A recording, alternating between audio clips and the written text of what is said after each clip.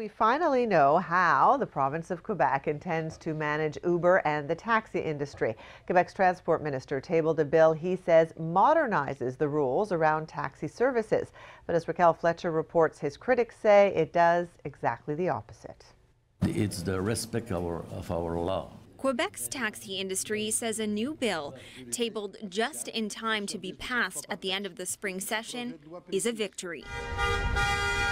Canadian cities have been in a battle to create a level playing field for taxis and the ride-sharing company Uber. Recently, Toronto City Council legalized UberX, while neighboring Mississauga banned it outright. Many places in Canada, the taxi is the responsibility of the municipalities. But here in Quebec, since a long time, that's the government who decided the roads. Bill 100 aims to rid current taxi legislation of all ambiguity. If you're driving someone for a fee, you are considered a taxi, and the rules will be the same for everyone. They will have to make sure that the drivers are certified taxi drivers, and that they have a taxi license to operate. It was about time. It has been 2 years now that we have illegal taxi in Quebec, which is not acceptable. Taxi companies, including Uber, will now have the option to rent a permit for around $300 a week.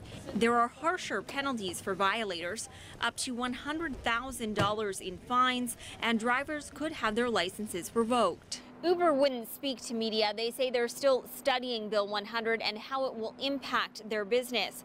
Last week, they warned that legislation that considered them the same as taxis would force them to leave Quebec and their nearly 500,000 users. If the law is passed as it is such, I think Uber will have to leave simply because the system is much less convenient.